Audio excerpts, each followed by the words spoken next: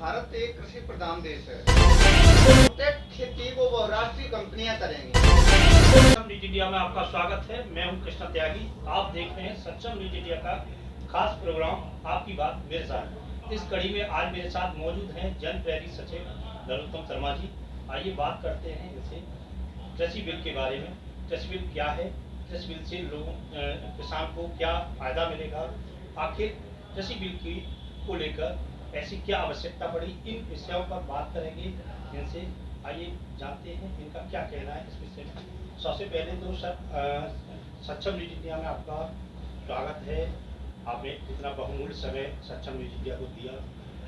और आखिर सवाल सबसे पहले ये है कि कृषि बिल क्या है, लोगों को, किसानों को क्या इसकी जरूरत पड़ी, क्या इससे फायदा होने वाला है, इसके बारे में जानते हैं। कृषि बिल जो लाया गया है, भारत एक कृषि प्रधान देश है।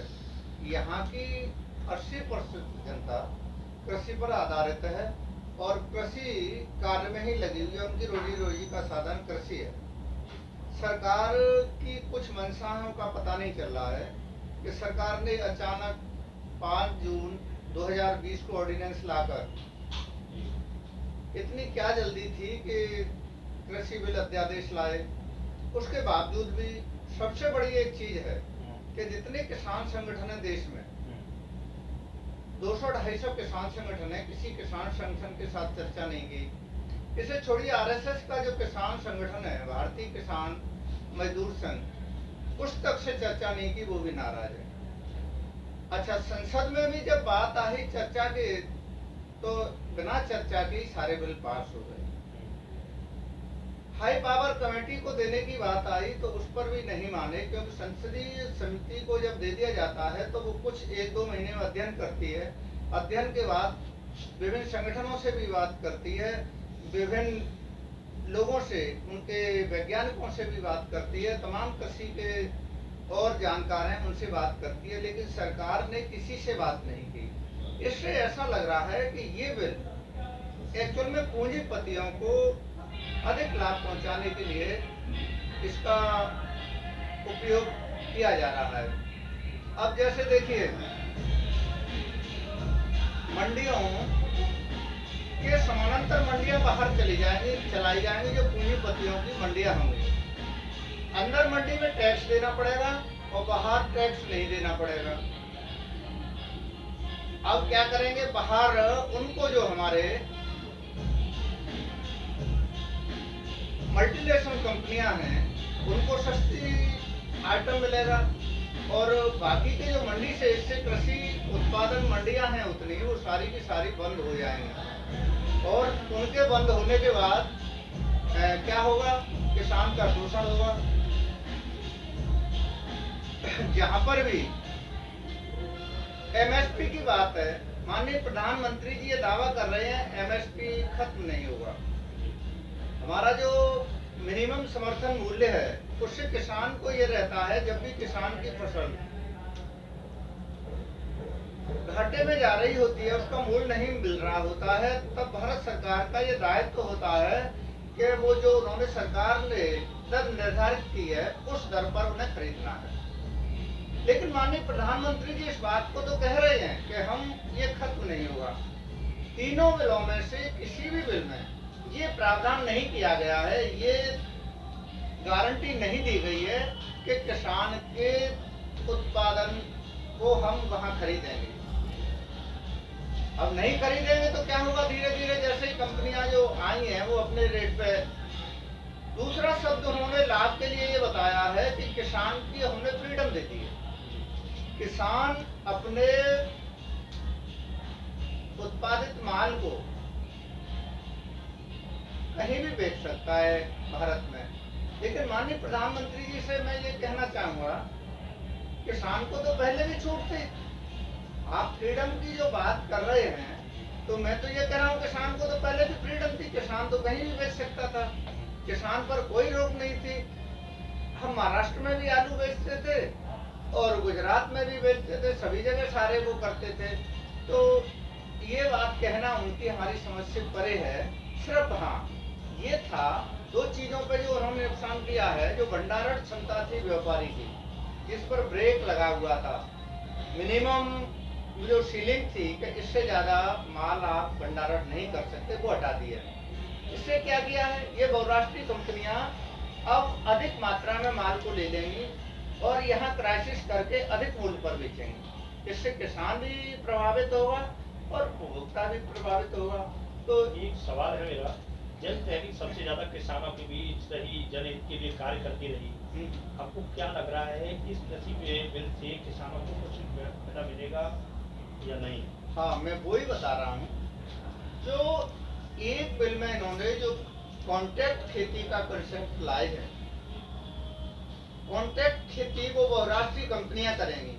जो हमारा किसान अपना 2 बीघा 3 बीघा 4 बीघा की मेड़ बना के बैठा है, वो सारी मेड़ें टूट जाएंगी और बड़े बड़े खेत बन जाएंगे। किसान उस खेत को जैसे ही लीज पे देगा तो उसका मालिक नहीं होगा, उसके यहाँ नौकरी करेगा और मनमाने ढंग से उससे वो श्रम लेगा तो किसान के जो परिवार है वो बेरोजगार हो जाएगा एक तरह से। आज क्या है कि किसान ही काम नहीं करता है, उसका 10 साल का बच्चा भी कुछ न कुछ काम करता है, उसकी पत्नी भी करती है, यानी उसके सारा परिवार उसमें कहीं कहीं कार्य करता है और वो उसमें खुश रहता है, उसे खेती को अपनी माँ समझता है। जब उसकी मेड़ टूट जाएगी, बहुराष्ट्रीय कंपनियां ले लेंगी, तो किसान को ये जजमेंट ही नहीं हो पाएगा कि हमारा खेत कौन सा है। तो ये भी एक इस बिल की जो कॉन्ट्रैक्ट खेती का कंसेप्ट है, इसका भी हम विरोध करते हैं कि कॉन्ट्रैक्ट खेती के द्वारा भी किसानों को। एक चीज और देखने को मिल रही है, हमारा चैनल 2 दिन से लगातार कृषि बिल को लेकर किसानों के बीच में है, अभी तक किसानों को कृषि बिल के बारे में जानकारी नहीं है, इस बात से कितना सच है? हाँ, ये एक्चुअल में किसानों को अवेयरनेस लाना सरकार का काम है। सरकार के पास में नेटवर्क है, उनके बीएनडब्ल्यू हैं, हर ब्लॉक लेवल पे उनकी पूरी मशीनरी है, लेखपाल हैं। ये उस बिल को प्रचारित और प्रसारित करें और किसान को उसकी हकीकत बताएं, उसको गुमराह नहीं करें। ये जो भी बात कहते हैं वो छल और झूठ से भरी हुई होती है। इन्होंने कहा रेलवे की 1 इंच नहीं बिकने दूंगा, मैं 5 साल से रेलवे को जानता हूँ। आप लोग 20-22 साल की उम्र से नौकरी में आते हैं, मैं 5 साल से रेलवे में था। क्या हुआ रेलवे का? सारे प्लेटफॉर्म प्राइवेट को दिए जा रहे हैं, सारी ट्रेनें संख्यावन दे दी, अभी और बाकी की ट्रेनें दी जा रही हैं। IRCTC के भी अधिकारों को कम किया जा रहा है। तो इसी तरह से जब तक बिल में ये गारंटी नहीं लाते हैं कि मिनिमम प्राइस हम किसान को देंगे, इससे कम मूल्य पर कोई भी व्यापारी, कोई भी मल्टीनेशनल कंपनी नहीं खरीद सकती है, तब किसान के साथ छलवा है, विश्वासघात है, किसान के धोखा धोखा है और किसान को छला जा रहा है। आपको नहीं लगता है बीजेपी सरकार में इतने साधन होने के बाद, सोशल मीडिया होने के बाद, उस चीज का प्रचार प्रसार नहीं किया गया, अचानक एकदम उन चीजों को लागू किया गया जिसका लोग प्रयोग नहीं कर पा रहे हैं, लोगों के अंदर जागरूकता नहीं है, क्या मानते हैं? देखिए, मीडिया के ऊपर हम लोगों को इतना भरोसा था कि हमारा जो चौथा स्तंभ है यह राष्ट्र के हित की और जनता के हित की बात को प्रसारित करे, लेकिन आज मुझे दुर्भाग्य से कहना पड़ रहा है कि हमारा चौथा स्तंभ अपने दायित्वों को पूर्णतः नहीं निभा रहा है, किसी भी तरह से सरकार के हाथों बिका हुआ है।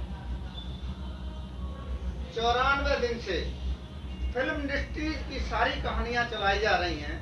यदि इसी तरह से बहस कृषि बिल पर होने लगे, कृषि मूल्यों पर होने लगे, कॉन्ट्रैक्ट खेती पर होने लगे, उसके लाभ हानि को किसानों को बताए जाने लगे, तो हो सकता हमारी अर्थव्यवस्था पर चर्चा होने लगे, हमारे देश की वर्तमान स्थिति और परिस्थितियों पर चर्चा होने लगे, तो शायद आम जन तक पहुंच जाएगा। एक चीज और आई, हम डिजिटल इंडिया कर रहे हैं, सारा पेमेंट डिजिटल होगा। मैं आज माननीय मोदी जी से ये पूछना चाहता हूँ कि हमारा 20% किसान भी जिस दिन वो हमारे माल को ले जाएगा, हम यदि उसका पैसा नहीं भेजेगा तो हम उससे कांटेक्ट नहीं कर सकते हैं, उसका पता नहीं लगा सकते हैं। और जिस तरह बैंकों में फ्रॉड पर डे हो रहा है, पिछले 1 वर्षों में ही कितना फ्रॉड हुआ है, कल के पेपर में परसों के में मैंने देखा था। तो इसी तरह से किसान के साथ में फ्रॉड होगा, किसान आत्महत्या करेगा, उसका परिवार भूखा रहेगा, उसकी लॉकडाउन के समय में प्रधानमंत्री जी ने भी आत्मनिर्भर भारत बनाने के लिए कई करोड़ 2000 करोड़ लाख का योजना का लिए विरोध किया।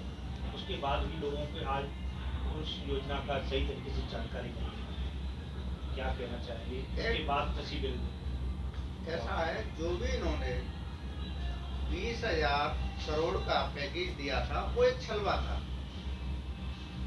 उसमें बिल्कुल घुमाव था। हम ये कह सकते हैं कि वो 20 लाख करोड़ का नहीं, वो 2 लाख करोड़ का भी पैकेज नहीं था।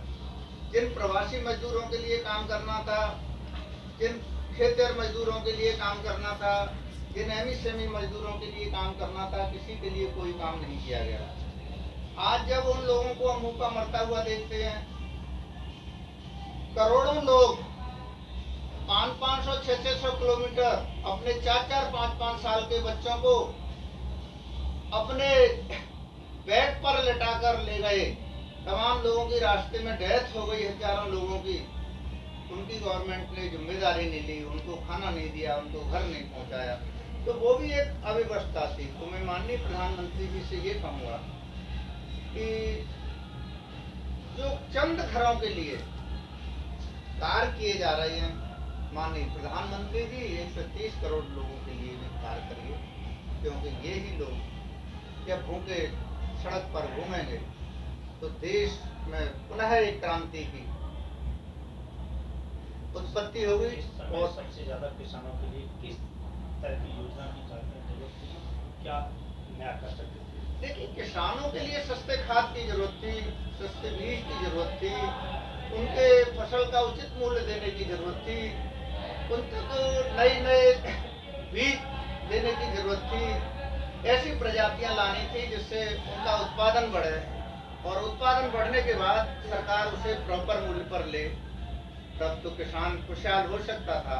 लेकिन शायद इस बिल को आने के बाद किसान की दुर्दशा होगी और उसे आंसुओं से रोना पड़ेगा। बीजेपी सरकार कृषि बिल को लेकर अपने ढिंढोरा पीट रही है, वहीं किसान इस बिल को लेकर परेशान है, ऐसा क्यों, क्या सामने? बात मैं फिर वो एक बार कहना चाहता हूँ कि यदि बीजेपी सरकार अपने भारतीय किसान संगठन जो आरएसएस के द्वारा संचालित किया जाता है, यदि उससे ही इस बिल को लाने से पहले चर्चा कर लेती तो शायद इस काले बिल को नहीं ला। लेकिन उन्होंने भारतीय किसान यूनियन से बात नहीं की, अन्य किसान संगठनों से बात नहीं, किसान के प्रतिनिधियों से बात नहीं की, ग्राम प्रधानों से जगह जगह लेके वो उनसे बात कर सकते थे, ग्राम प्रधानों से बात नहीं की। भाई डिक्टेटरशिप, आज हिटलरशाही चल रही है और हिटलरशाही बहुत दिनों तक नहीं चलती है। इसमें हमेशा नुकसान होता है, मजदूर का नुकसान होता है, किसान का नुकसान होता है, देश का नुकसान होता है, देश की आर्थिक स्थिति का नुकसान होता है। उसमें यही कहना चाहूँगा कि किसान के बारे में सोचें। तो ये थे मेरे साथ जन प्रेरित सचेत उत्तम शर्मा आया है, ठीक है, जिन्होंने कृषि बिल को लेकर काफी बातचीत की और किसान के बारे में भी बताया। अब देखने वाली बात यह है कृषि बिल को लेकर किसानों को क्या फायदा मिलेगा, कितने लोग किसान इस बिल को लेकर खुशहाल होंगे। अपने सहयोगी करण शर्मा के साथ कृष्णा त्यागी, सक्षम न्यूज इंडिया, आगरा। आप देख रहे हैं सक्षम न्यूज इंडिया, सबसे पहले सबसे तेज।